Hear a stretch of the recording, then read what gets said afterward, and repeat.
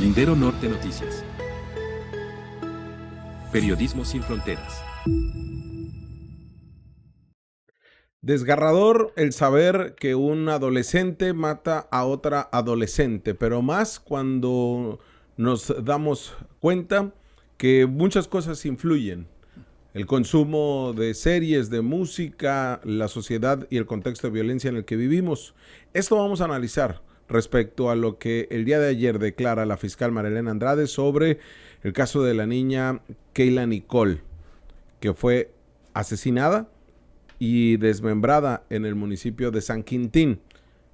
El día de hoy vamos a analizar todos estos contextos, pero más aún cuando se señala que este adolescente, presunto feminicida, pues se inspiró o se basó en la serie de Dexter, un asesino serial. También estaremos comentando sobre los apagones en Baja California, principalmente en Mexicali. Cada 2 días se registra un apagón reconocido por la Comisión Federal de Electricidad en la capital del estado. Esto tan solo en lo que va del 2025. Y por supuesto también estaremos hablando sobre el nuevo incendio que se registra en el municipio de Tecate, la forma en la que se ha reincorporado Misión San Carlos en Mexicali para ahora convertirlo en una academia de policía. Bueno, hay mucho tema para desarrollar el día de hoy, que nos acompaña como todos los miércoles el doctor en educación Rodolfo García. Y iniciamos.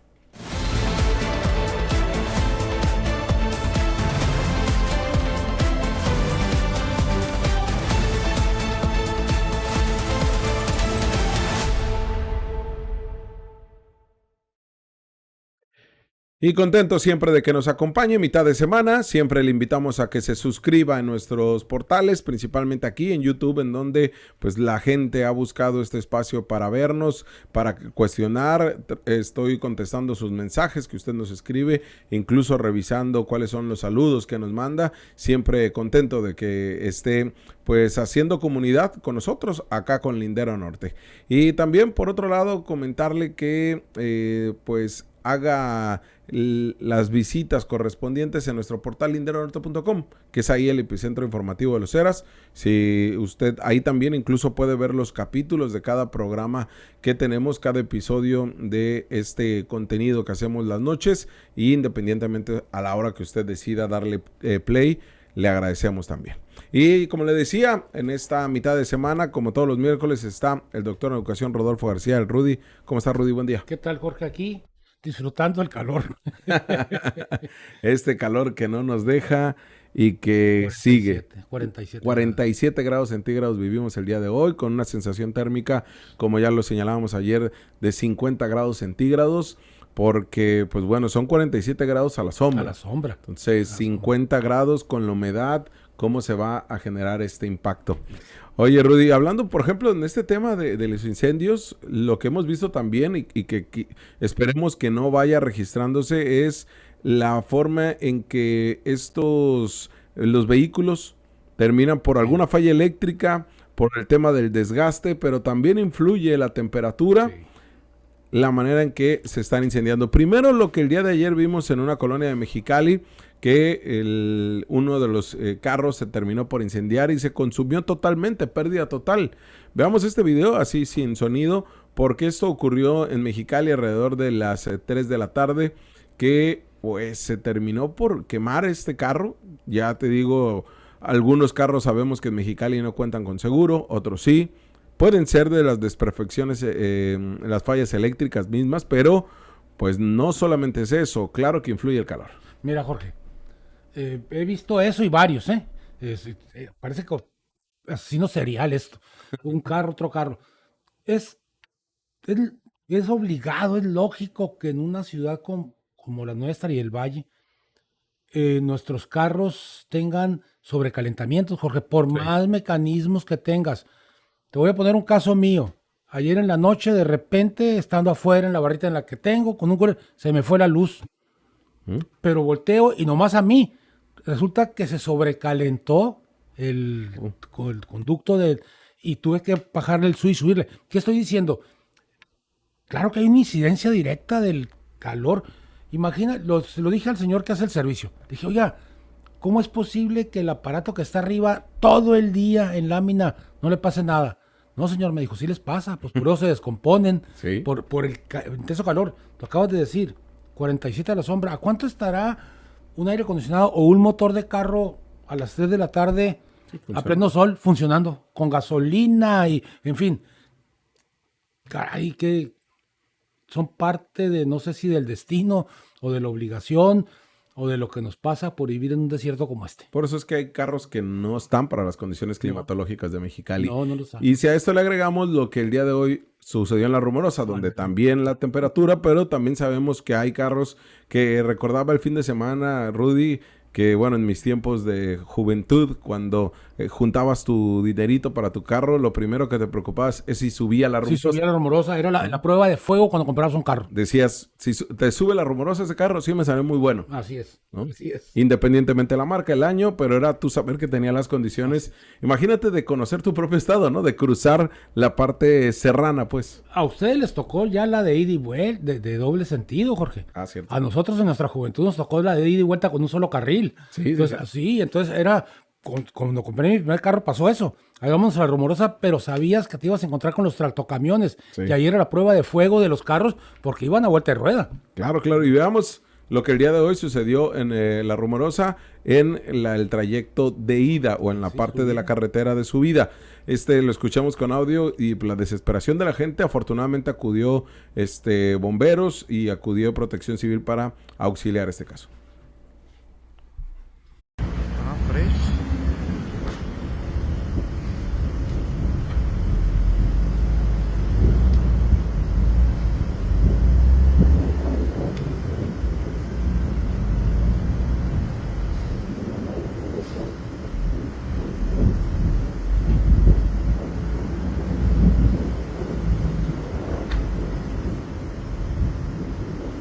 ¿Es de ustedes de la unidad?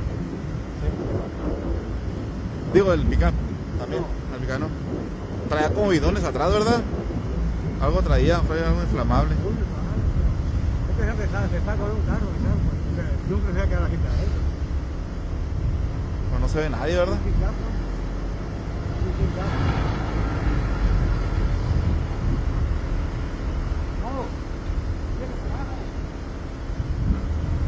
Pues ahí se rifó el físico Fiarum, que es el encargado de esta parte de La Rumorosa. Es la pipa que veíamos de agua y muy oportuno el trabajo que hacen ahí en Fiarum, que hoy ya tiene otro nombre. Ya tiene otro nombre Fiarum. La verdad es que no me acuerdo cuál es el nombre. La acaban de cambiar. Y todas las implicaciones también en temas laborales ahí que tuvo. Pero en esta autopista que le corresponde al Estado. Y que, pues bueno, veamos ahí, a ver si podemos volver a repetir las imágenes. Ahora sí llegaba comentándolas tú y yo, Rudy. Pero así se vivió, ¿no? Y también impactante. Por lo cual, pues detuvo la circulación. Sí, pues ¿quién va a pasar por un lado ahí? No, es que nuevamente, aún ahí, en ese nivel de subida, todavía está el calor ardiendo del desierto, Jorge, ¿eh? Sí. O sea, no es allá arriba a la mitad, no, es ahí arriba donde está el pleno desierto. Entonces, pues debe de andar igual la temperatura o un poco más ahí, porque ahí no hay árboles ni nada, es pavimento y tierra. Sí, el pavimento y la tierra que pues ha terminado también por hacer de las suyas, con lo que significa también un carro que quizá no esté en las condiciones. Ahí escuchamos a los mismos que grabaron el video señalando que si traía bidones de gasolina o qué era lo que traía ahí. Pues la realidad es que ya no vamos a saber hasta que exista un peritaje de qué era lo que sucedió ahí. Pero tiene que ver también con las altas temperaturas. Pero no fue por si había algunos bidones ahí, no fue por eso, ¿eh? No, claro que no fue por eso. Entonces, y además si hubiera habido, pues hubiera aprendido todavía con mayor agresividad, por decirlo de esta manera tan llana, que le repito, afortunadamente Fiarum, que son los que ahí se rifaron, con la pipa extinguieron el fuego rápidamente, aún con lo que representó pues más de una hora, estar ahí apagando el fuego y cortando la circulación, ¿no? Que era más que se tenía que hacer. Entonces, sí hay que tener cuidado también en eso. Ese es el llamado que también hacemos en esta temporada de calor y que lo vamos a seguir haciendo cada año porque esto es cíclico y ya sabemos en las condiciones en las que vivimos quienes decidimos residir en la capital del estado. O a quien nos tocó históricamente nacer aquí. no por decisión propia. Sí. Pero al final decidiste vivir aquí, ¿no? Sí, ya me anclé aquí y pues aquí estoy. Pero Justamente también hablamos de lo que representa, Rudy, las altas temperaturas cuando te cortan la luz. sí.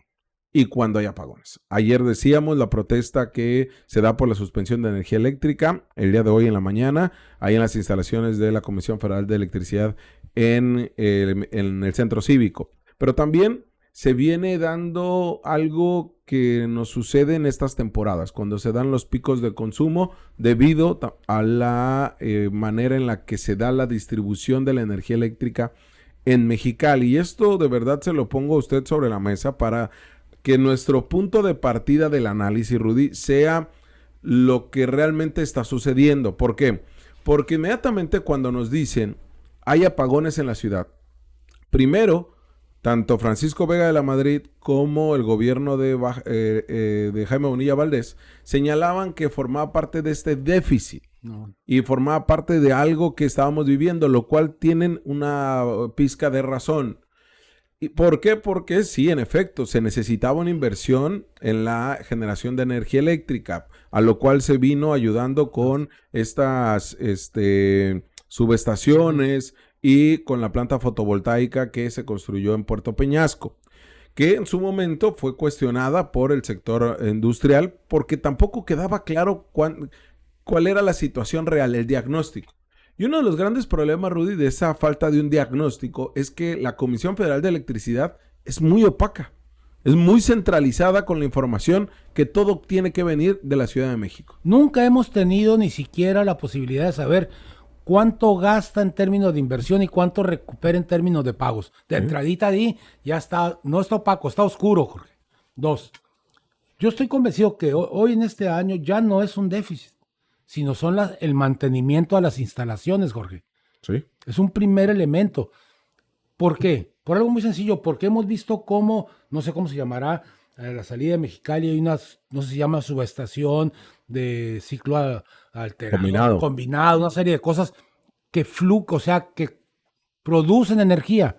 El asunto aquí es que la Comisión Federal de Electricidad no ha actualizado sus redes de mantenimiento, Jorge.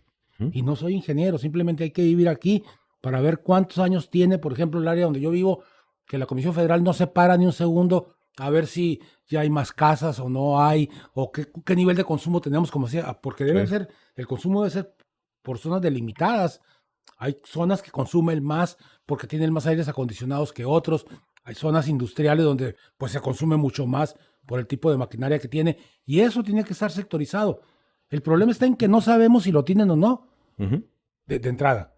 Si no lo tienen, tendrían que ser, y si lo tienen, que lo digan. ¿Saben qué? Tenemos un problema porque en esta distribución nos faltan redes, se me ocurre. Sí, es eso. Y justamente, Rudy, lo que señalábamos que en mayo de este 2025 inician los trabajos de la central de combustión interna que está ubicada al oriente de Mexicali. Una inversión del gobierno de Andrés Manuel López Obrador que se hizo pues efectiva, o al menos en la parte operativa apenas en mayo de este año, porque desde junio de 2023 ya participaba en los protocolos correctivos en apoyo al CENACE, al Centro de Control de Energía. Pero esta central de combustión cuenta con 24 unidades de generación de energía que aportan 429 megawatts. Esta información la publicamos nosotros en Lindero Norte en mayo de este año, por eso lo retomo la información nuestra. Señala también que esta energía generada fortalece el sistema eléctrico de Baja California. Lo que sabemos, se encuentra fuera de la red nacional eléctrica, está aislado eléctricamente del país nuestra entidad, pero pues se puso en marcha esta infraestructura para garantizar el suministro de energía confiable con un beneficio de 1.400.000 habitantes. ¿Qué pasa, Rudy? Que, como decimos, el tema ya no es la generación de energía, es la transmisión y la distribución. Exactamente. Mira, es ahí donde tenemos que centrarnos en la exigencia a la CFE. Estamos aislados del país por algo muy sencillo, porque hasta los años 60 nosotros consumíamos energía norteamericana. Yo recuerdo en mi casa que se pagaba a la empresa, pues. Entonces, cuando se nacionaliza Baja California, en el sentido de la Comisión Federal, no se conecta a la red nacional, se mantiene sola. Ahí está la geotérmica, pero la ciudad empezó a crecer, pero no las instalaciones de Comisión Federal. Eso es lo que vino a resultar ahora con esa parte de producción de combustión interna, Sí. que vino a subsanar ya no la producción. Insisto, ¿cuántos postes de la luz o cableado eléctrico has visto que se cambien? Sí, ¿no? Sí, acá hablamos incluso de los postes, que incluso la CFE pues no da a conocer cuáles son los de ellos.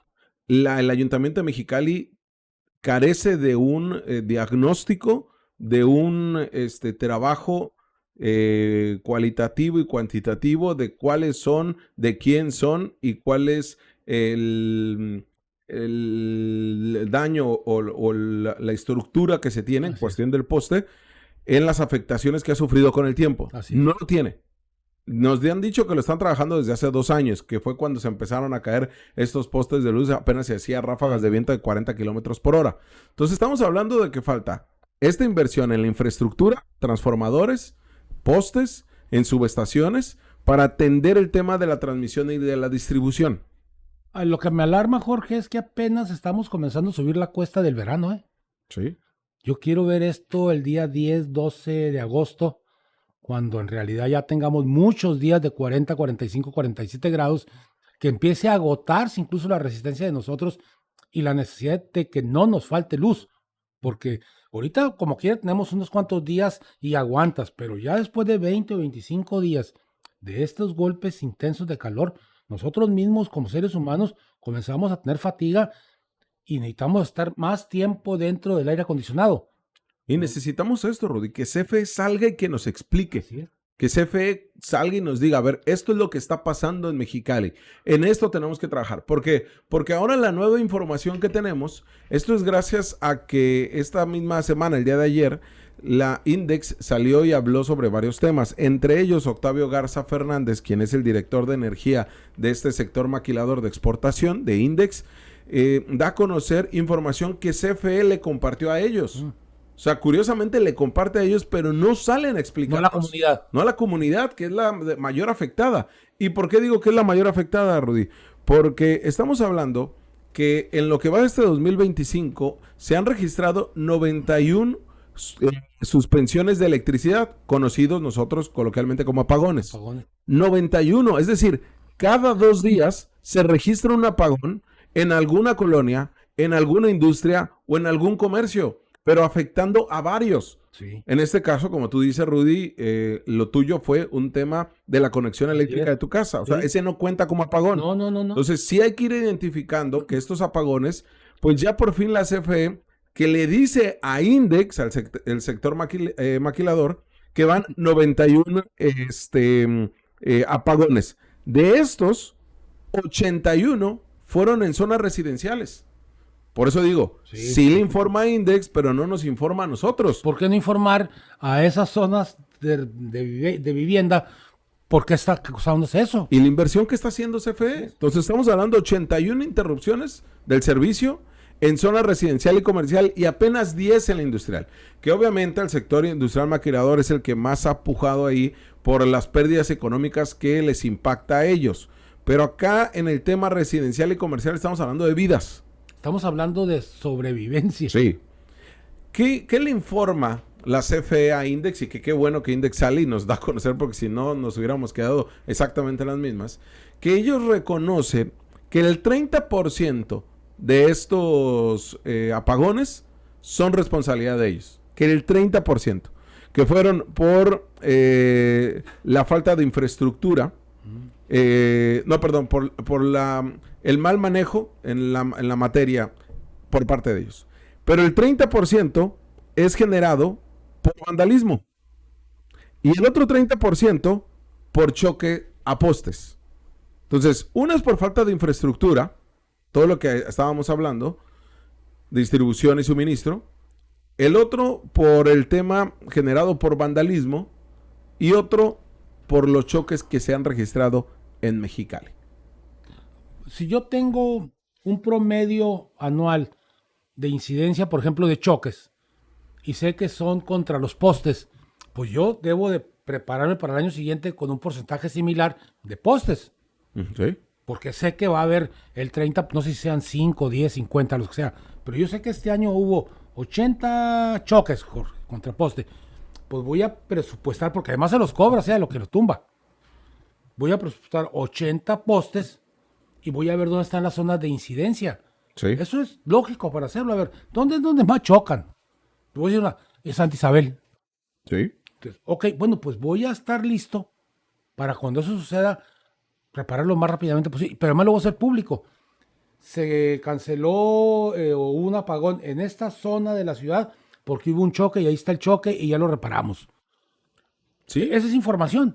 Y la otra es el vandalismo, que ahí le corresponde obviamente a la seguridad de municipal y estatal, pero también a la misma CFE. O sea, las pérdidas millonarias que tiene CFE, que tiene Telnor, por ejemplo, que tienen todas estas empresas de telecomunicaciones en Mexicali, hablamos de que representa un 40 hasta un 50% en el área de telecomunicaciones por el robo del cableado, por el robo que se les da de fibra óptica, ¿no? Y entonces es un tema de vandalismo, pero en el vandalismo hablamos del robo.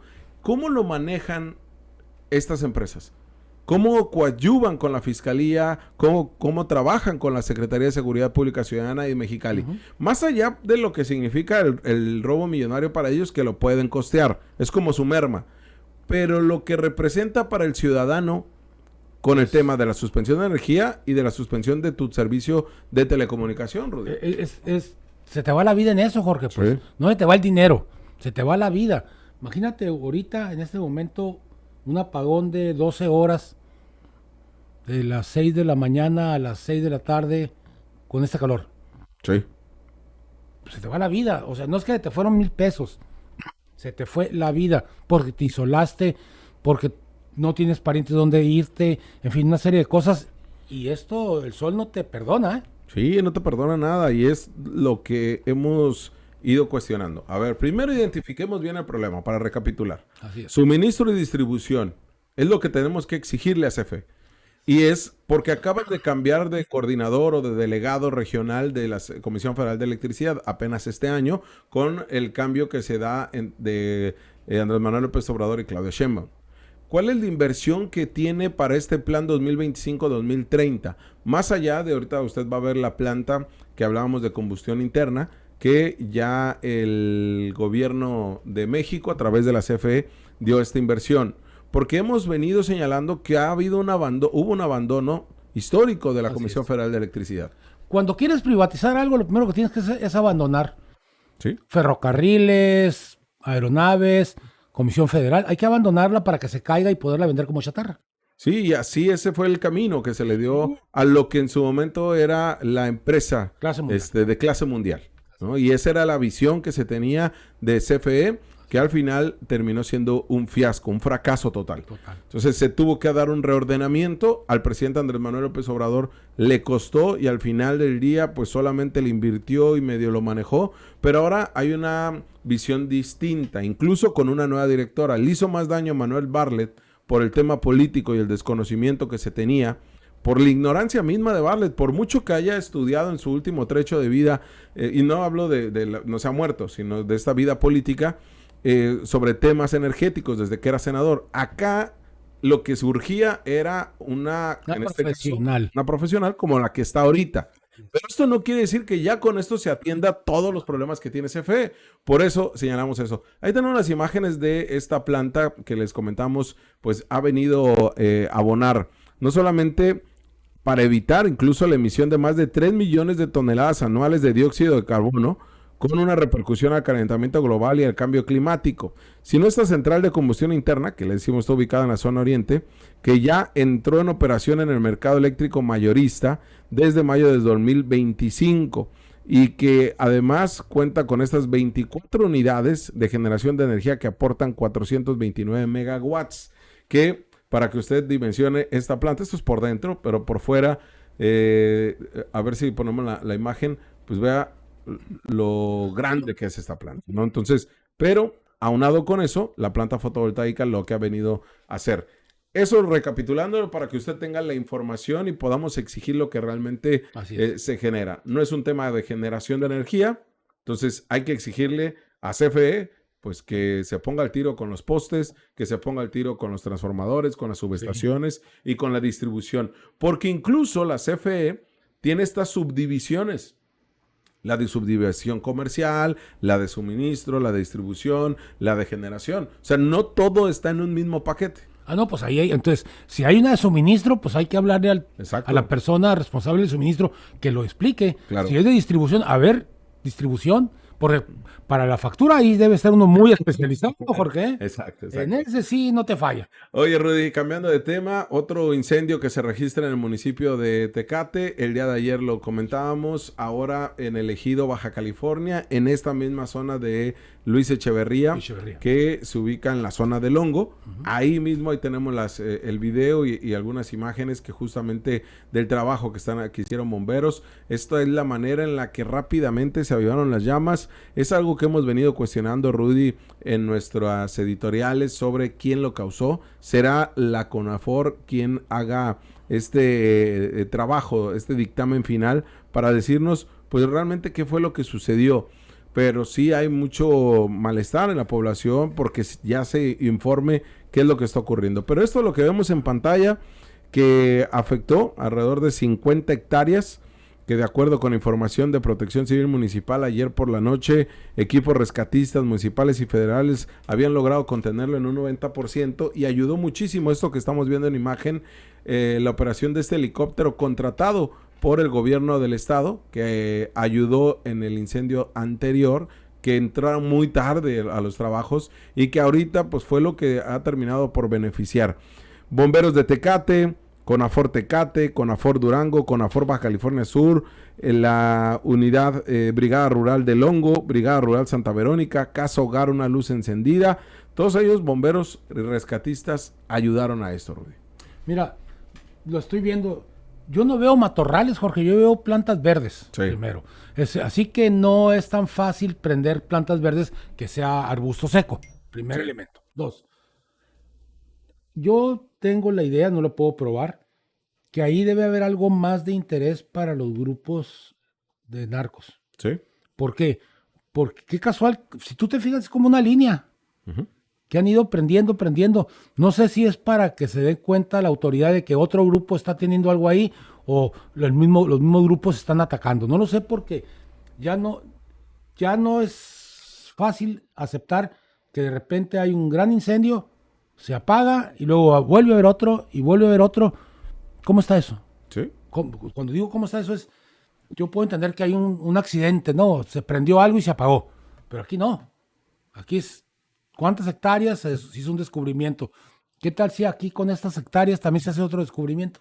Sí, ya estábamos hablando con el director de bomberos, que ya el día de mañana a ver si ahorita se lo puedo compartir al mismo Carlos, porque es importante llevar a la reflexión qué es lo que se está trabajando en esta materia por parte de los bomberos de Baja California. Han tenido ya mesas de trabajo para ver de qué manera lo puedan atender, porque esto, si bien es cierto, es federal, estamos hablando de un incendio forestal, y es la CONAFOR la que se hace cargo, pero los que sacaron las papas al fuego fueron los bomberos de los municipios. Pues son los que están ahí en el sitio, Jorge, sin defender a la CONAFOR, que no debe valer mucho, ¿verdad? Sí. Pero esa gente que es la más afectada incluso.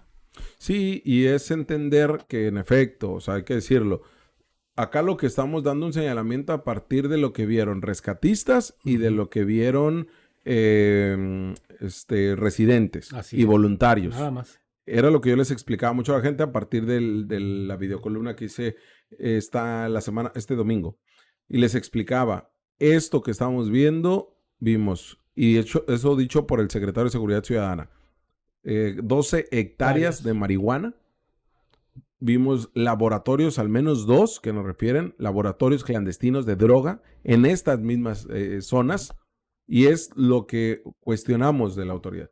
En efecto, el 90% de los incendios son ocasionados por excursionistas o por gente que va a estos ranchos y que por la noche decide hacer una fogata, o hacer carne asada o echarse el cigarrito. Entonces sí, eso es cierto.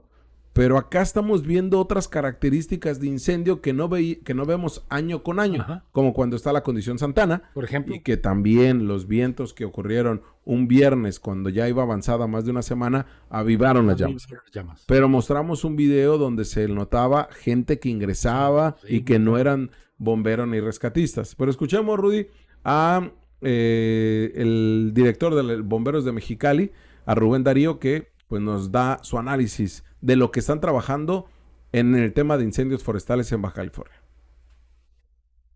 Mira, en el tema, como dices tú, el tema del pericial o el dictamen que de ellos, pues es un tema federal y del Estado, pero sí ya vamos hace 2 meses tuvimos una práctica entre bomberos de todos los 7 municipios en Rosarito, un binacional de entrenamiento.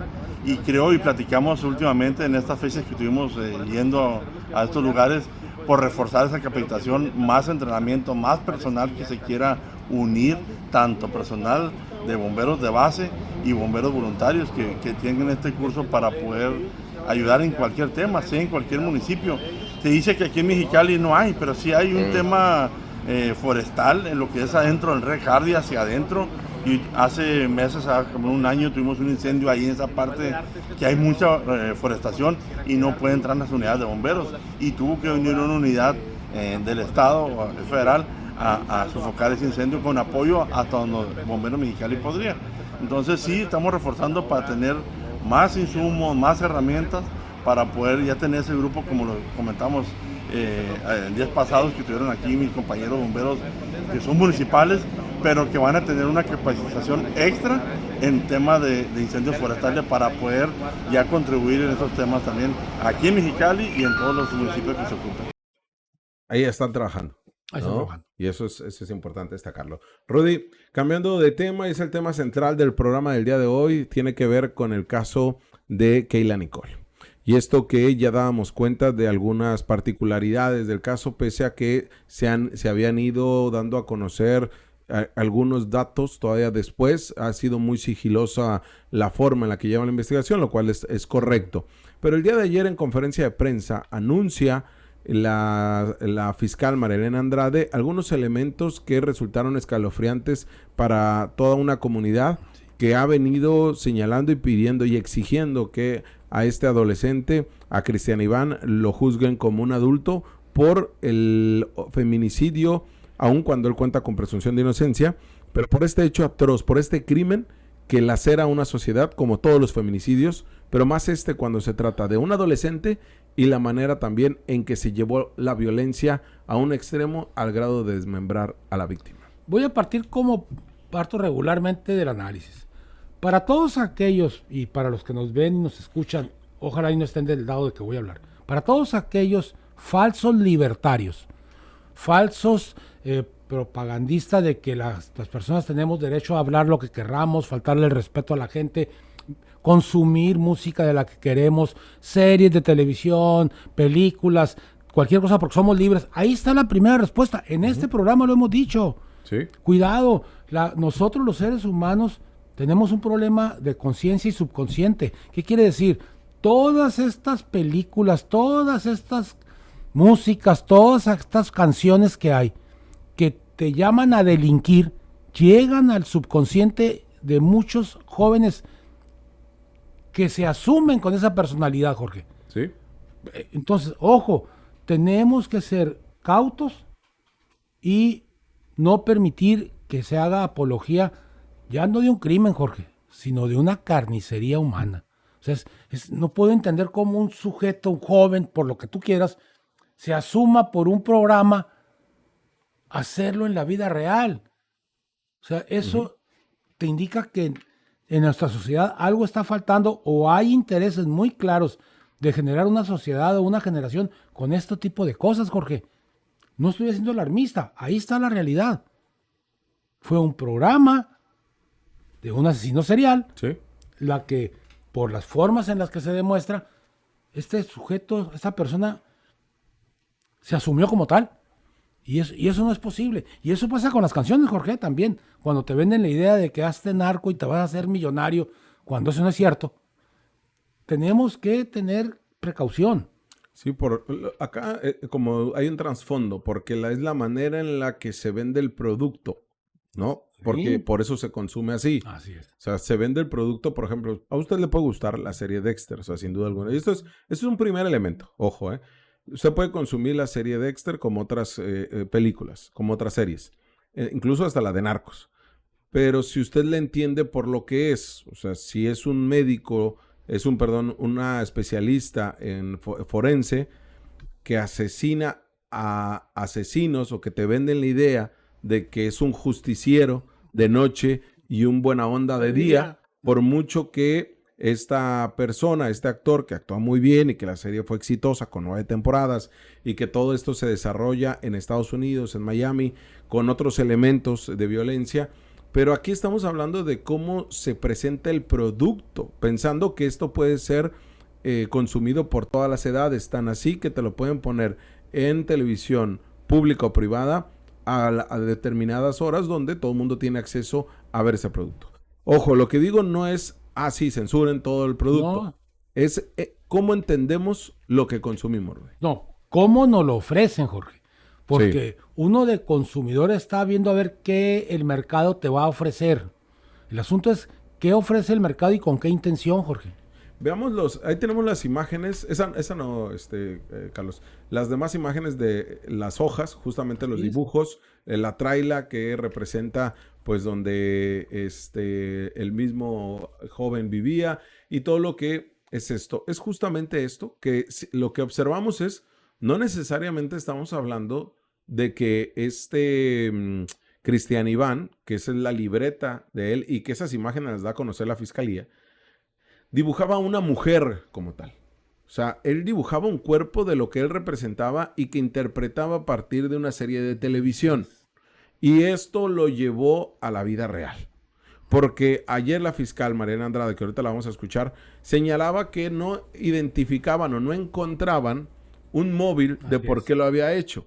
Y para ellos esto es fundamental. Que ahora les tocará a la fiscal Mariana Andrade justificarlo en un tema jurídico, para que no se convierta solamente en un tema mediático tipo Genaro García Luna para meter a alguien a la cárcel. Bueno, me quedé pensando, tiene que justificarlo en términos de conductas en psicología, Jorge. Sí, no, por supuesto. Porque hay conductas ahí que plantean un camino hacia dónde ir. Sí. Y después de eso tendrá que venir la parte jurídica, en el sentido de la ley, que fue un asesinato, todo eso. Pero primero tienes que ver en qué mundo psicológico se mueve una persona que ve una serie de televisión y que hace todo un plan para llevarla a la realidad. ¿Qué es lo que señalábamos, no? O sea, una cosa es entender cómo las empresas han romantizado la violencia, el narco, los asesinos seriales. Así es. Y también temas donde para el consumo de todas y de todos, pues hay afectaciones en tema psicológico, tema psiquiátrico, que los podemos interpretar de otra manera, que es ahí lo que tú dices, Rudy, lo que se viene. Aquí falla el Estado también en proporcionarle a este adolescente el tema de salud mental. El problema está en que para llegar a esto tuvo que haber tenido algunas otras manifestaciones de conducta al exterior, Jorge. Sí. No solo esta. Esta es la cúspide, si tú quieres llamarle así, de todo su proceso. Pero en esa deformación psicológica, él debió haber dado manifestaciones de algunas conductas que se salían de la normalidad, o agresiones, o cuchillos, o aislamiento, una serie de cosas que si se detectan a tiempo pueden ser corregidas. Incluso la forma en que se pudo haber relacionado con sus mascotas, con las mascotas de otras personas, la manera en que él mismo hacía los dibujos y lo que te representaba esto. Pero ¿te parece si escuchamos a la fiscal Mariana Andrade? Esto señalaba en rueda de prensa sobre este caso impactante de Cristian Iván, identificado como el presunto feminicida de Keila Nicole, basándose o inspirándose en una serie televisiva para cometer el crimen. La desaparición de su hija Nicole ante la policía municipal de aquel lugar, manifestando que cuando había sido vista la última vez, que se dirigió a la casa de unas amigas y ya no regresó.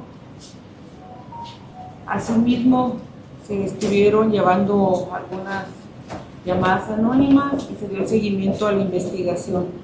Siguiente. Lamentablemente fue encontrado el cuerpo de la pequeña en un lugar cercano, pero inhóspito, deshabitado, entre pues cerros y la vegetación del lugar, donde estaba descuartizada, decapitada, todas las partes de su cuerpo. Inmediatamente llevamos a cabo una serie de datos de investigación, localizando el cuerpo en esas condiciones, una extremidad inferior izquierda, 50 metros al norte, el resto del cuerpo, se encontraron desmembrados en cabeza, sin antebrazos y sin ambas piernas, también incompletas. Inmediatamente llevamos a cabo, solicitamos al juzgado de aquel municipio diversas solicitudes de cateo, las cuales llevamos a cabo. Llegamos hasta este lugar donde habitaba el imputado, encontrando evidencia directa, donde inclusive se veía la planeación de este desgarrador crimen que impactó pues a San Quintín y a todo el estado, donde claramente se advierte que estaba planeando la ejecución y además la siguiente actividad de desmembramiento del cuerpo de la pequeña.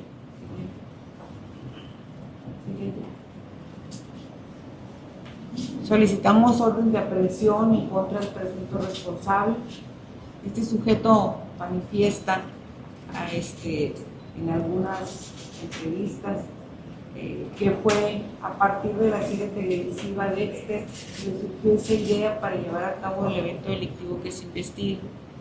En este caso, ni la propia autoridad logramos establecer cuál fue el móvil, que ningún móvil lo justifica definitivamente, pero no encontrábamos el más mínimo móvil para actuar de esa manera contra esta víctima y de esta manera tan aberrante y tan cruel, y solamente lo justificó de esta manera. La invitó a ese lugar, ella alcanzó a comunicarse con una amiga diciendo que tenía miedo, que porque lo miraba muy raro, que se puso debajo de la sombra de un árbol y que le dijo, ay, ¿estás bien? Ahí sabía lo que ya se venía. Ahí justamente preparaba el Sí. asesinato. Cristian Iván ya fue imputado, está a la espera de vincularlo a proceso. Ahí tenemos la imagen de Cristian Iván y se espera una pena máxima de 5 años de prisión. Hay que recordar, Rudy, que apenas en 2015 se cambió la ley de justicia integral para adolescentes, un sistema de justicia que pues imputa delitos a menores de 13 a 18 años de edad, de 12 años para abajo son menores de edad que no se les puede imputar ni un solo delito. Es decir, si Cristian Iván hubiera tenido 12 años de edad, ni siquiera hubiera tocado prisión, ni siquiera se le hubiera llevado a judicialización del caso. Ni siquiera pudiéramos presentar esta imagen y ni siquiera pudiéramos mencionar su nombre de pila. Si hubiera tenido 12 años de edad. Así lo establece la Ley de Justicia para Adolescentes, que es federal la ley.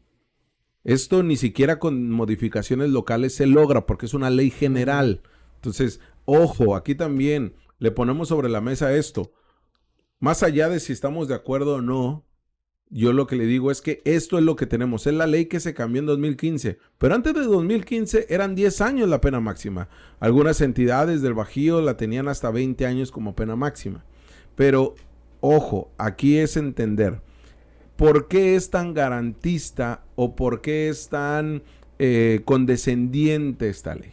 Porque ve a los menores de edad, incluso antes se veían como solamente infractores de la ley, como si fuera un tema administrativo, por así decirlo. Ahora se les ve no como como una penalidad que se le impone, sino como un tratamiento al menor de edad, en este caso a este adolescente. Y es ahí donde debe de darse un tratamiento integral en estos antes llamados tutelares de menores o ahora centros de integración juvenil. ¿Qué pasa, Rudy? Que no se da. Y el adolescente va a cumplir, Cristian Iván, si es que le dan la pena máxima, si es que lo encuentran culpable, va a tener apenas 2 años en la cárcel, en este tutelar de menores, y 3 años más, ahí va a permanecer. Es decir, no lo pueden pasar a la grande, ni lo pueden pasar a una cárcel de adultos. Tiene que permanecer en la misma, así lo establece la ley. Tiene que permanecer ahí. Y no solamente eso, sino que cuando termine su penalidad, bueno, su sanción, ahora no va a tener registro de antecedentes penales. Así lo marca la ley. Y no solamente es un tema del legislador, sino también de la Suprema Corte de Justicia y de varios elementos. Me duele la ley. Me duele porque yo puedo entender muy bien, pero bien, que un infractor por el robo de una batería, por un pleito callejero, lo entiendo. Cuando yo lo entiendo veo que son daños menores que pueden ser corregidos. Pero cuando ya hay este planteamiento de asesinar, desmembrar, es porque ya tu conducta, tu mente, tu pensamiento no está bien, Jorge. Hay que entenderlo. Yo insisto, un muchachito de 12, 14, 16 años que se robó una batería, que se estaba drogando, que se peleó una riña. Bueno, esto puede ser a través de estas instituciones juveniles. Pero quitarle la vida a una persona, no con una riña, con un pleito, con un atropellamiento, sino tener alevosía, ventaja, tener todo, me duele la ley. Rudy, ¿en la escuela se pudo haber detectado algo? Sí, se pudo haber detectado, insisto, conductas. Las y los docentes, si bien no son psicólogos, no somos psicólogos ni somos médicos, sí observas conductas que salen de la generalidad. Es hora de transitar, Rudy, en nuestro sistema educativo y viéndolo desde el tema Baja California, con estos casos, transitar en más que un prefecto, tener un orientador, tener un psicólogo en escuelas secundarias. Ya hay escuelas que tienen trabajadores sociales, hay gente que tiene orientación vocacional. Que en las prepas sí los tienen, Sí. pero en secundarias, como es este caso de este adolescente. Yo sostengo Primaria, que secundaria. el nivel más difícil para trabajar en educación es la secundaria. Okay. No es el preescolar, no es la primaria, es el más difícil, el más conflictivo. Incluso se define mucho de la personalidad, se da en la secundaria, Jorge. Entonces ahí creo que debería estar el ojo o el centro de la atención del sistema educativo. Porque de entrada hay escuelas masificadas o gigantes, que son cosas diferentes. Pero también está el cambio de la adolescencia. O sea, estás viviendo procesos individuales que se externan a través de, no sé, de pleitos, perchings, de todo. Entonces, ahí está el foco. ¿Se puede detectar en un salón de clases? Sí. Pero si un maestro de matemáticas o de historia solamente le tocan 4 horas a la semana y es 1 hora lunes, 1 hora martes, 1 hora jueves y 1 hora viernes, es muy difícil que en esa hora se manifieste. Quien debe tener es el cuerpo que nosotros llamamos PAE, es el personal de apoyo y asistencia a la educación. Okay. Ese personal es el que debe de estar vigilante en el sentido de conducta rara. Yo te puedo contar rápidamente que esto se detecta, yo lo detecté en una secundaria técnica 1 hace muchos años, donde llegué a hacer una investigación de campo y me daba cuenta que a determinada hora había 5 alumnos que salían del salón, los expulsaban todos. Hasta que investigué qué materia era, me puse a jugar básquetbol con ellos y me dijeron, lo que pasa es que la maestra nos dice que nosotros somos los malos, los malditos del salón y nos saca. Entonces me puse a jugar con ellos y me di cuenta que el problema no estaba en ellos en sí, sino había una predisposición. ¿Qué estoy diciendo? Que en este PAE, en este personal de apoyo y asistencia a la educación, existe gente que esté observando el comportamiento, la entrada, la salida, con quienes se juntan, detectar incluso si hay posible sospecha de que alguien de ahí está vendiendo droga. Ese es el tipo de cosas que tienen que hacer. No el docente que está con 1 hora a la semana, con 4 horas a la semana, 1 hora cada 4, un día sí, otro no. Entonces, ahí es muy difícil. Ahí es ese personal que puedes cambiarle el nombre de prefecto a asesor, por ejemplo. Sí. O supervisor, como quieras llamarle, pero que ahí entra el protocolo. Las tareas a desarrollar. La observación del grupo, las conductas. Mínimo 1 hora, que sería por día. No, tienes que tener un personal ahí de tiempo completo que no esté en clase. sino que esté verificando, viendo quién entra, quién sale, cómo le hace, asesorar, hablarle al padre de familia, oiga, su hijo se salió temprano, en fin, es el trabajo de apoyo a la educación, Oh, interesante, porque sí, esto no se ha planteado. ¿no? O sea, plantearon en su momento que hubiera un médico, plantearon un velador, pero el tema de la salud mental aquí, y cuando vemos esto, Rudy, es fundamental. Porque además vemos que ha sido un instituto de psiquiatría el que ha estado abandonado históricamente en materia presupuestal por años, donde se piensa que el instituto de psiquiatría solamente atendía adicciones. Entonces, cuando ven toda la cargada de temas de salud mental, desde depresión, ansiedad, esquizofrenia, han venido ayudando personal especializado que con poco personal, con poco presupuesto, han hecho una gran labor en los institutos, que incluso con poco medicamento. Rudy, esto ya urge que le dé un viraje, porque en el tema jurídico no lo van a hacer, por eso voy. O sea, en el tema jurídico, si hoy solamente nos centramos en no lo deben de juzgar como adulto, deben de cambiar las leyes para mañana, eso no va a pasar, porque tiene está sustentado psicológicamente y no es es una ley que sea obsoleta de hace 50 años, ¿eh? O sea, estamos hablando que ha habido criterios de la Corte, pero eso no va a cambiar. No. Tenemos que ver en dónde sí le podemos dar ese viraje. Es que esto de aquí es el efecto, vamos a la causa. Exacto. La causa es Exacto. que en un periodo del desarrollo humano como es la adolescencia, donde requieres de apoyo, no de dirección, sino sí de gente que te guíe, que te aconseje, que incluso pueda sacar ahí la esquizofrenia, la angustia, la depresión, todo eso, porque este muchacho debe haber tenido manifestaciones de conductas fuera del comportamiento adolescente, Jorge, Sí. forzosamente. Y si en la escuela no lo detectaron y en la casa menos, pues está en total abandono. Claro, claro. Y ahí vemos por último, esas son las imágenes que compartían el día de ayer. Y lo decíamos, tiene que venir todo un trabajo de la fiscalía para poder llevar esto ante un juez y que sea determinante en la pena que, para empezar, para encontrarlo culpable, repito, tiene la presunción de inocencia, aun cuando se tienen muchos elementos de la ubicación en tiempo y lugar, de los mensajes que hizo la propia adolescente, que fue la última persona que lo vio con vida, de los mensajes previos que tenían, de muchas cosas ya cuenta la fiscalía, incluso las mismas declaraciones que hizo este adolescente conforme al feminicidio.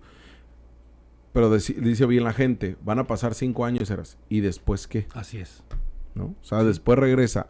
En los centros de integración o de atención adolescentes no hay un trabajo especializado. La verdad es que no lo hay. Sí, o si lo hay, no ha sido suficiente para poder entender que esta criminalidad va a continuar en estos mismos adolescentes. Pues si vuelve al estado de abandono en el que estaba, porque no puede haber otra palabra, o de falta de atención, pues es proclive a volverlo a hacer, Jorge. Sí. Rudy, antes de irnos, nos queda ahí un tema que no sé si lo hemos ido retrasando el martes, miércoles. Es que no quisiera, los comentarios que nos hacen a través de YouTube, como en Facebook, como también de manera personal, nos dicen que el día de hoy pues sufrieron apagones justamente por el tema que hablábamos, y discúlpeme que no los haya leído en ese segmento o en ese bloque. En Fobiste, en Independencia, en el Hípico, hubo en Colonia Nueva, en la parte del centro cívico hubo apagones por la tarde, desde la 1 de la tarde hasta las 6 de la tarde. Santorales, también se reporta, al igual Colonia Nueva, que hubo apagones y regresaba la luz el día de hoy. También en la zona de Nuevo Mexicali, en Montecarlo, en Valle Dorado, en Villa Bonita hubo apagones. En el centro cívico alrededor de 10 minutos hubo esta interrupción de energía eléctrica. También en la zona de Justo Sierra, apagones de 7-10 minutos. En La Pulgar, en la zona Condesa, Paseos del Sol, Valle Dorado, en el Ejido Lázaro Cárdenas, en el Ejido Irapuato, en el Hermosillo nos mandan y nos dicen, en el Querétaro, en el Sinaloa, en el Delta, pues sin luz durante la tarde del día de hoy. Les repito, algunos fue por 5 minutos, otros por 7, otros por 15, otros por 1 hora, otros por 2. Esto es parte de lo que veníamos comentando del tema de los apagones que se han venido registrando. Ya lo adelantaba el día de ayer el capitán René Rosado, que lo tuvimos en entrevista aquí. Serán semanas complicadísimas. Y si a eso le agregamos que vendrán vientos, que vendrá tierra y contaminación, vaya que va a tener 2 semanas al menos, y además en plena canícula. Jorge, con el calor tenemos. Sí. Entonces, Comisión Federal, no te preocupes por el aire en el sentido de que no te toca. Hey. Preocúpate porque los cables no se te caigan, preocúpate porque los postes no se te caigan y preocúpate que si ya tienes suficiente generación, distribúyela bien. Pues ahí está este tema importante porque era llevarlo ahí y atendiendo los comentarios que nos hacen llegar. La verdad es que muchas gracias a todos ustedes que inmediatamente cuando vieron que estábamos hablando de este tema, pues nos lo comparten, ¿no? Nos vuelven a comentar que en la Colonia Independencia, en Pórticos del Valle, en Paseos del Sol, en Valle Dorado. Todo Mexicali, discúlpame, sí, todo Mexicali. Sí, porque estamos hablando tanto de zonas céntricas, periféricas poniente. y el Valle Mexicali, ¿no? Principalmente la zona oriente del Valle Mexicali. Así que bueno, ahí está este tema de los apagones, importante tal. Y por último, recogemos ahora sí la foto del carro, porque esto nos hace llegar una ciudadana integrante de esta comunidad de Lindero Norte y nos comparte esta fotografía donde pide a la policía municipal que atienda el tema de los arrancones en la zona del Hípico, tanto en la Colón o la Avenida Internacional, como en la calle Argentina, Así como no. ¿no? Sí. Que una por un lado, o sea, de este a oeste y de oeste a este, que pues hay arrancones, comentan en determinadas horas que llaman al 911, que llega la policía y no hace absolutamente nada. Hasta que alguien se impacta. Hasta que alguien se impacta, como la imagen, se impactó directamente en la casa y estaban jugando arrancones. ¿Sí? El problema es quién nos paga, cuánto tiempo tardan en pagarnos y todo lo que te representa vivir en una zona pues que se siente insegura. El riesgo de la salud, o sea que afortunadamente se estrelló ahí y ahí no estamos hablando de que cobró vidas. No. Pero sí, imagínate que hubieran estado ahí conviviendo o que estuvieran niños jugando en el patio. Entonces, sí, el llamado a la policía municipal, esto nos lo hace una ciudadana residente de la colonia Hípico en Mexicali, que dicen pongan atención en los arrancones porque puede costar una vida. Bueno. Gracias, Rudy, por estar acá. No, gracias a ti, nos vemos, qué cosas, ¿no? Sí, complicado. Los dejamos con pronunciamiento de la diputada Michelle Sánchez, como también de la gobernadora Marina del Pilar. Usted está informado, pero tiene la última palabra. Diputada Michelle Alejandra Tejeda Medina. La suscrita diputada da lectura ante esta honorable asamblea para su aprobación, proposición de punto de acuerdo económico con dispensa de trámite por su urgente y obvia resolución para hacer un atento exhorto al presidente del Tribunal Superior de Justicia del Estado de Baja California y del Consejo de la Judicatura para que a la brevedad se incorpore al sistema de datos del Registro Nacional de Obligaciones Alimentarias con el fin de garantizar el principio de interés superior de la niñez, así como hacer aplicables las reformas denominadas Ley Sabina en el Estado. Lo anterior al tenor de la siguiente exposición de motivos. El derecho a recibir alimentos es un derecho humano fundamental que no admite demora ni excusas. Así lo reconoce la Constitución Política de los Estados Unidos Mexicanos en su artículo 4. Establece que niñas, niños y adolescentes tienen derecho a la satisfacción de sus necesidades de alimentación, salud, educación y sano esparcimiento para su desarrollo integral. Para hacer efectivo este derecho, el 8 de mayo del 2023 se publicó en el Diario Oficial de la Federación un decreto que reforma diversas disposiciones de la Ley General de los Derechos de las Niñas, Niños y Adolescentes, creando el Registro Nacional de Obligaciones Alimentarias a cargo del Sistema DIF Nacional. El 3 de agosto del 2023 se publicaron los lineamientos para regular este registro y el 11 de abril del 2025 una modificación. Hasta el momento son 26 los estados que ya se encuentran proporcionando información al DIF Nacional para el funcionamiento de este registro, mientras que Baja California, Chihuahua, Colima, Sinaloa, Sonora y Zacatecas aún no se han sumado a esta plataforma. Esta omisión afecta directamente a la niñez, adolescencia y a las madres jefas de familia, ya que impide aplicar sanciones para estas personas que son omisas en el pago de las cuotas alimentarias. Tal es el caso de nuestro estado de Baja California, que ya reformamos el Código Civil en el marco de la Ley Sabina presentada por su servidora y la activista Diana Luz. Esa ya es una realidad legal y tendría que aplicarse con la visibilización de este registro. Me refiero a las siguientes medidas, como lo son: 1. Pérdida de derechos de familia en caso de ser condenados por el delito de incumplimiento de obligaciones de asistencia familiar. 2. No poder cambiar la guardia y custodia ni la pérdida de la patria potestad cuando el promovente sea deudor alimentario. 3. Definir el monto de la pensión alimenticia con base a nivel de vida cuando no existen ingresos comprobables. 4. No poder solicitar la licencia de conducir o su revalidación. 5. Consultar el Registro Nacional de Obligaciones Alimentarias antes de celebrar el matrimonio para informar a los cónyuges si alguno de ellos se encuentra en él.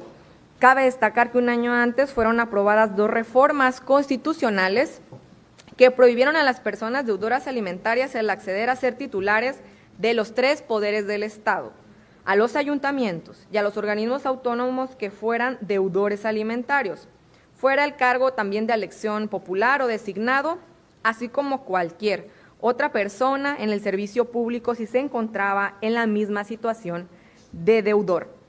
La falta de implementación de este registro nacional revictimiza a quienes ya enfrentaron un abandono económico y social por parte de los deudores alimentarios, incumpliendo su deber, y deja sin herramientas efectivas a las autoridades locales para aplicar la ley. El cumplimiento de los derechos de la niñez no puede seguir posponiéndose por razones meramente administrativas.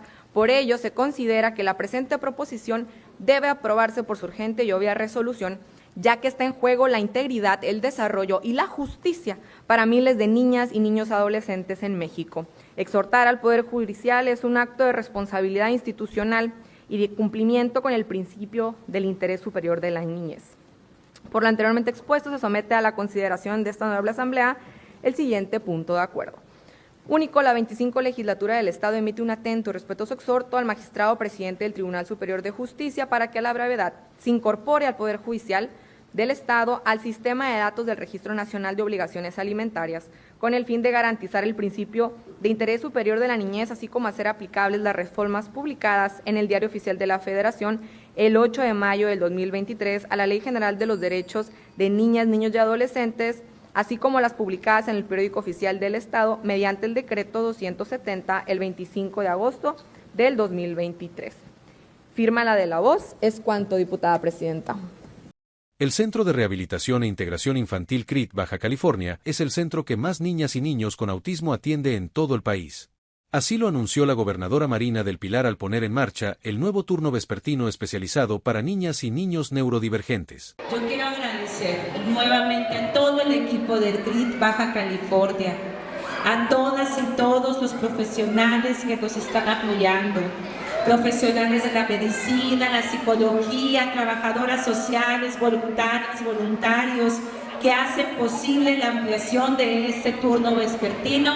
Gracias a todos ustedes, a todas las madres y padres de familia. Sepan, no están solos, no están solas.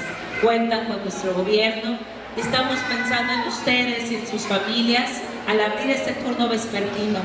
Este horario, que se extiende de 7 de la mañana a 7 de la tarde, permitirá incorporar a 250 menores más, que se suman a los más de 1.500 que ya reciben servicios terapéuticos y de acompañamiento en el centro. En otra actividad, en el Centro Multiservicios Baja California Frontera Solidaria, dentro del proyecto Salesiano, se entregaron tarjetas violeta a mujeres refugiadas o con solicitud de asilo, como parte de una estrategia nacional en la que Baja California se convierte en la primera entidad del país en implementarla. Estas tarjetas permiten facilitar el acceso a apoyos y servicios para este grupo vulnerable.